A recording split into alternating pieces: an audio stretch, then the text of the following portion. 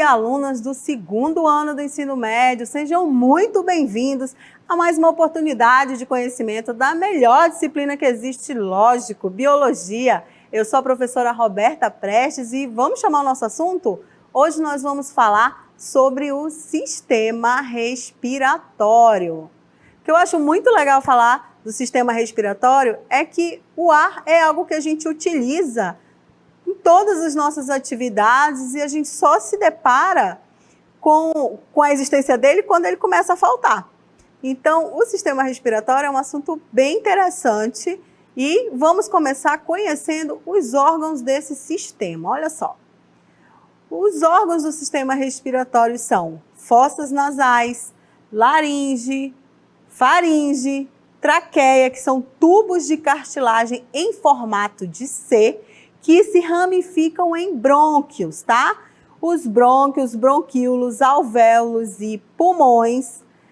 A faringe é um órgão que serve tanto ao sistema respiratório quanto ao sistema digestório. Essa informação é importante, isso é questão de vestibular. Um órgão que serve a dois sistemas, a faringe, tá? Tanto serve para o sistema respiratório quanto para o sistema digestório.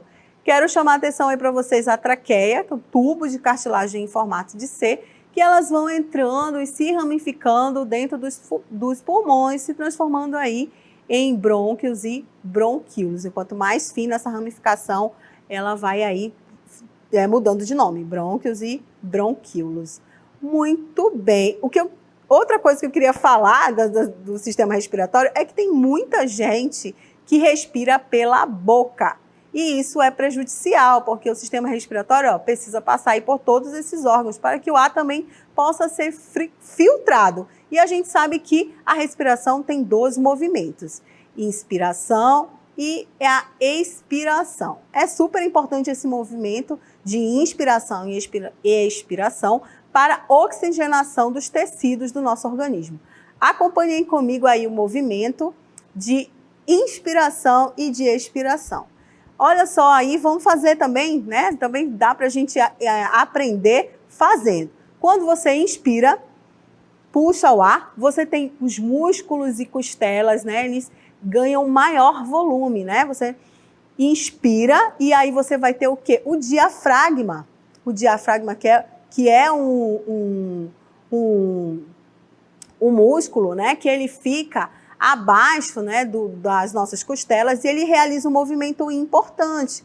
Na inspiração ele se contrai para levantar as costelas e para que a gente possa ter maior capacidade de absorção de ar e na expiração ele relaxa. Observem aí no nosso esquema, você vai ter o movimento de inspiração, o ar entrando, o ar saindo e os movimentos intercostais aí, o movimento que o tórax aumenta de tamanho, né? E você vai ter aí os músculos se movimentando para isso e depois você vai ter a contração e o diafragma fazendo esse movimento para que você possa respirar. Muito bem, respirar é super importante, como a gente já falou, ele é responsável pela oxigenação para que o nosso organismo, as células consigam realizar atividade. E como é que acontece essa troca gasosa? Essa troca gasosa recebe o nome de hematose. Observem aí na imagem como é que ela ocorre. A hematose, ela ocorre nos alvéolos pulmonares. Nós temos aí o desenho de um pulmão, né? E aí as ramificações. Lembra que eu falei para vocês, ó, você tem a traqueia e ela vai entrando nos pulmões, se ramificando em brônquios e em bronquíolos. No final aqui, você vai ter, olha, pegamos aqui essa pontinha e aumentamos, você vai ter os alvéolos pulmonares.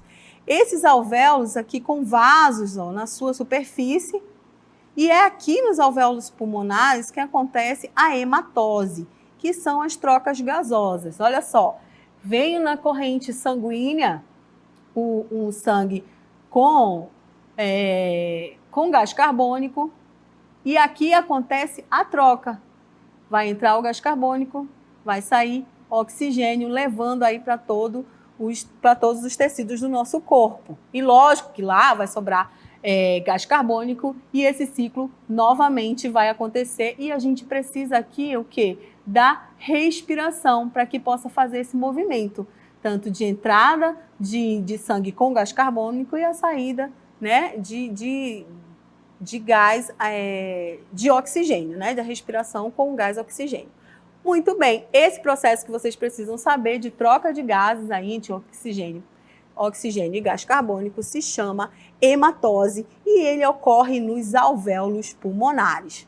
Muito bem. Como é que isso ocorre, professora? Como é que é essa mágica? E a gente tem no sangue uma célula sanguínea importantíssima para que ocorra essa troca gasosa, que é a hemoglobina. E aí vocês acompanham comigo na nossa próxima cartela.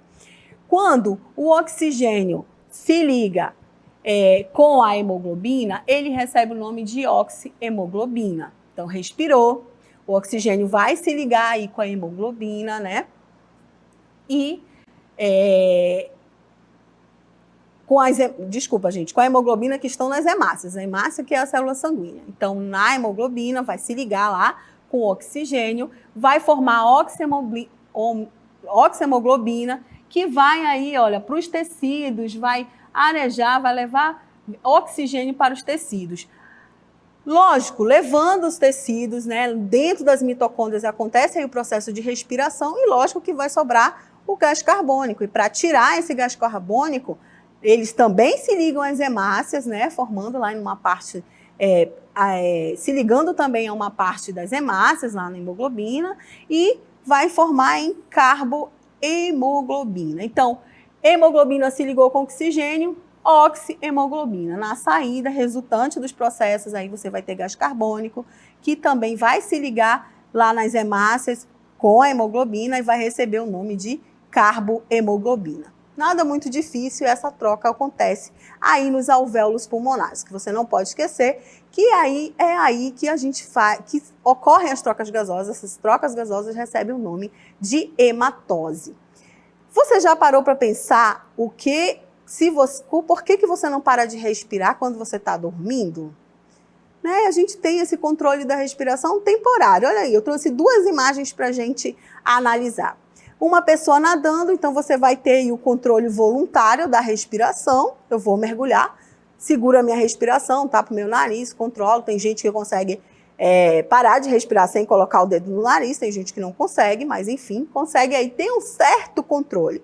E tem o controle involuntário, né? Você está dormindo, você nem lembra que você está respirando, nem nada. Aliás, durante todo o nosso dia, a gente não lembra que está respirando, né? Só se acontecer alguma coisa e te faltar o ar. Então, existe o controle involuntário. A respiração, ela faz parte do nosso sistema nervoso autônomo, tá? Ele não precisa aí do nosso controle, ele não acontece com o nosso controle. A gente consegue controlar rapidamente, mas ele é um procedimento involuntário à nossa vontade. E isso acontece por conta do sistema que a gente tem que funciona como controle de respiração. Trouxe para vocês um esquema aí para a gente ver. Esse controle de respiração, ele fica localizado no bulbo, lá no nosso tronco encefálico, olha só.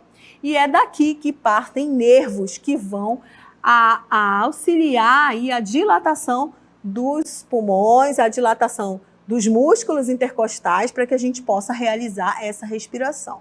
Por isso que muitas vezes quando as pessoas sofrem um acidente, né, e tem aí um baque na cabeça, alguma coisa muito forte, a pessoa precisa de uma respiração mecânica, porque atinge aí esse nosso sistema de controle de respiração. Mas o que é mais importante é que esse sistema ele controla os níveis de gás carbônico que existe no nosso organismo. Então, a gente respira, o organismo percebe a quantidade de gás carbônico e a gente expira e expira novamente. Eles fazem esse controle. Por quê? Porque tanto o excesso de gás carbônico faz mal para a saúde, quanto a falta dele também. E o sangue é super importante, porque como nós vimos, o sangue é que faz esse transporte do oxigênio para os nossos alvéolos e para os nossos tecidos. E aí você pode sofrer como essa mudança, essa diferença de gás carbônico no oxigênio, de acidose e acalose. O sangue, ele possui um pH que é considerado normal. Qualquer alteração disso, você vai ter acidose quando tem um excesso de gás carbônico na corrente sanguínea, ou a calose, quando você tem menos gás carbônico no sangue. Eu trouxe para vocês uma imagem para a gente entender melhor.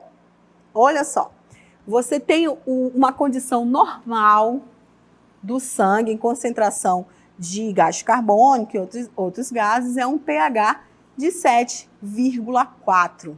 Se você tem aqui um aumento desse oxigênio no sangue, você começa a sofrer uma acidose, né? Que você vai ter aí um pH menor que 7,4. Então, tornando aí o sangue mais ácido. Esse excesso de gás carbônico no sangue pode causar aí, ó, desorientação, fadiga, desmaio e desorientação. Muitas pessoas aí que sofrem de asma, de enfisema pulmonar, pode passar por isso, tá? Você vai ter aí um excesso de gás carbônico porque você não consegue fazer a respiração corretamente. Então pode acontecer isso. É normal, às vezes a pessoa está com falta de ar e aí sentir aí desorientada. E a alcalose é o processo inverso, quando você tem aí um gás carbônico em baixa quantidade, e aí você vai ter um pH maior que 7,4. E aí, nesses casos, também pode acontecer o quê? O que pode ocasionar? A pessoa que tem ansiedade, que respira muito rápido, quando respira muito rápido, essa rapidez ocasiona que você perde, né, bastante gás carbônico também, e aí você não consegue equilibrar essa quantidade dentro do organismo. E essa perda excessiva pode ser causada por drogas, por uma respiração muito rápida, e ela pode ocasionar rigidez muscular, convulsões e entorpecimentos. A alcalose é o que acontece, por exemplo, com os alpinistas, né, que sobem numa montanha. Então você tem aí uma pressão atmosférica baixa, e aí você vai ter o quê?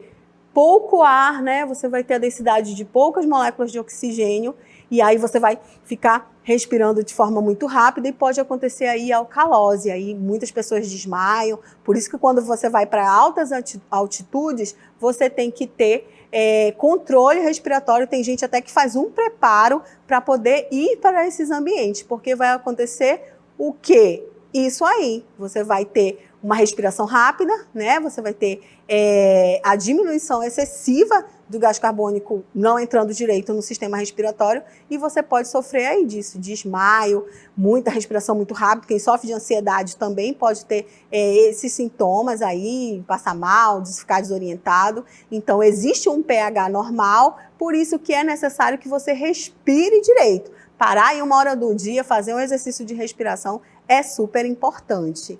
Não respirar direito também pode ocasionar, e outros costumes que nós temos, pode ocasionar doenças respiratórias. Nós vamos conhecer algumas. Vamos lá.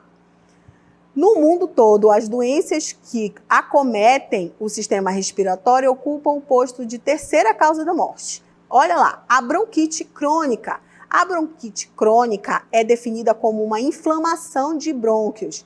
Geralmente surge depois dos 20 a 30 anos, de exposição dos brônquios a fatores irritantes como tabaco, poluição do ar, entre outras fontes. Então, observem aí quem faz uso de tabaco, de cigarro, na adolescência e antes dos 20, né, na juventude, você não vai sentir nada, o negócio vai ser depois.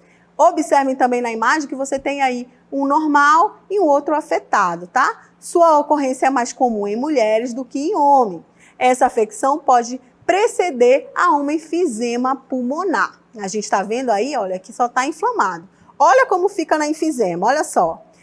Na enfisema, esta é uma doença crônica, na qual ocorre a destruição gradativa dos tecidos pulmonares, passando estes a ficarem hiperinsuflados. Normalmente, sua etiologia reside na exposição prolongada do tabaco ou a produtos químicos tóxicos. Então, a gente viu que ficou inflamado, ó, mas na enfisema ele fica completamente destruído. E aí vai destruindo aí os seus alvéolos no pulmão.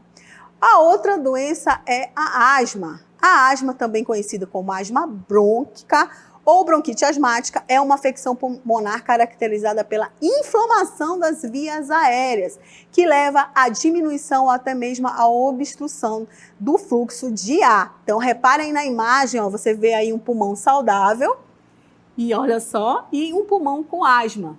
Reparem só como diminui a capacidade do ar de passar, né, de entrar, de conseguir chegar aos alvéolos. Sua fisiopatologia está ligada a fatores genéticos e ambientais, tá bom?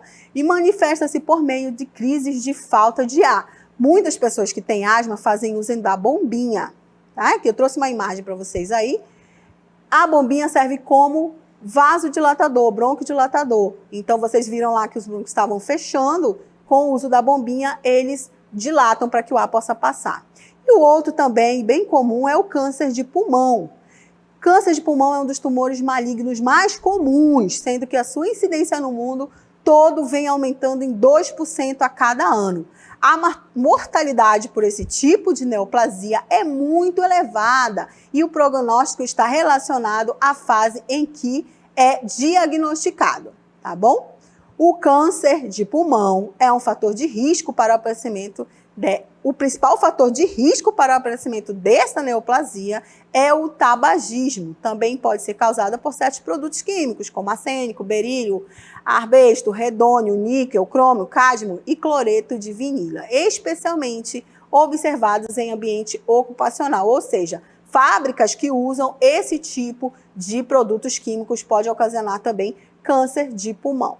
E uma próxima, que não deixa de estar por último, mas não deixa de ser importante, é a intoxicação por monóxido de carbono. O gás carbônico consegue se ligar às moléculas de hemoglobina, como a gente viu lá falando de oxihemoglobina e de carbohemoglobina, como muitas afinidades e com mais afinidades do que do oxigênio. Isto é, se liga mais fortemente às moléculas de hemoglobina, impedindo a ligação de oxigênio às mesmas. A complexação da hemoglobina com gás carbônico, a carboxihemoglobina, pode levar a um quadro de falta de oxigênio no organismo e pode acarretar a morte. Aí você tem duas imagens do escapamento de um carro e de uma fumaça da floresta. Do escapamento do carro, gente, esse gás ele é inodoro, você não sente. Então, por isso que as garagens elas precisam ser abertas. Porque se você ficar com o carro funcionando numa garagem fechada, você vai respirar esse gás que é produzido, carbônico, você não vai perceber e o seu corpo vai ficar ali sem oxigênio e pode levar você à morte. Por isso, nada de carro ligado dentro de ambientes fechados. Agora nós vamos chamar, apostos desses conhecimentos sobre o sistema respiratório, a nossa dinâmica local interativa. Vamos lá.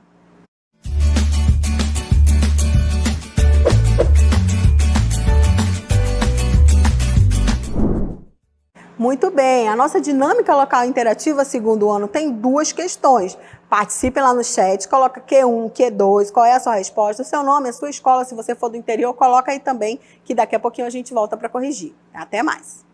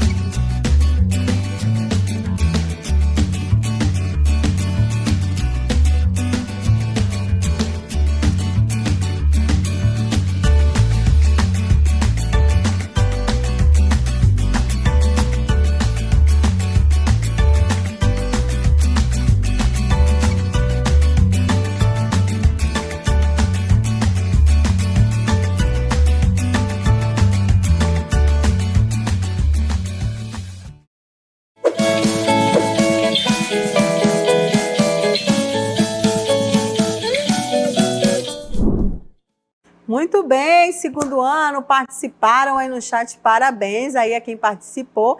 E vamos à nossa questão, vamos lá para a leitura não, vamos para a interatividade de vocês, o que foi que vocês responderam, a professora está acelerada. Vamos lá ver as opções de resposta aí de vocês. A Luísa Dayana colocou aí, questão 1 é a B e a questão 2 é a D. Ela é da Escola Estadual Tiradentes. Muito bem, vamos para outra. A Kelly Cristina, ela respondeu que a primeira questão é a letra B. Ela que é da Escola Estadual Rio Preto da Eva, lá cidade metropolitana aqui na Rio Preto da Eva. Muito bem. A Heloísa Oliveira, ela que é da Escola Estadual Professor Francisco das Chagas Souza de Albuquerque, ela respondeu que a questão 1 é a letra B. Muito bem, vamos ver aí outra resposta.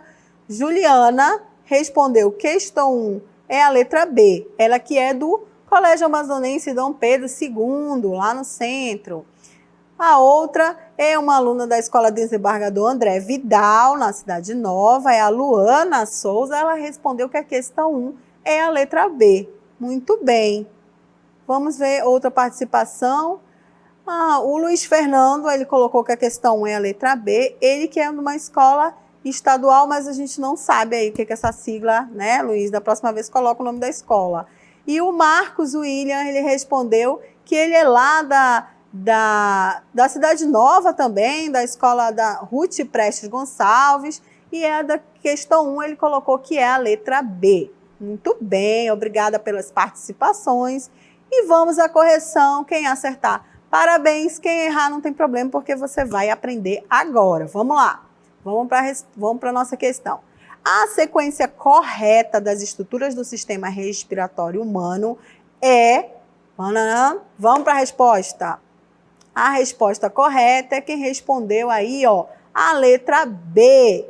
Os órgãos do sistema respiratório são fossas nasais, faríngeo, nasofaringe, alguns livros colocam também nasofaringe, laringe, traqueia, brônquios, bronquíolos, alvéolos e pulmões. Então, parabéns aí para quem respondeu que a questão 1 é a letra B. Vamos para a questão 2. Que nome recebe a estrutura do sistema respiratório que se apresenta como um tubo? É constituída por cartilagens em formato de C e se ramifica em 2 brônquios. Vamos à resposta. Quem respondeu aí, letra D, acertou. A traqueia é um órgão do sistema respiratório localizado após a laringe e que se ramifica em 2 brônquios. Parabéns a quem acertou, quem participou. Foi muito bom estar aqui com vocês e até uma próxima oportunidade. Até mais!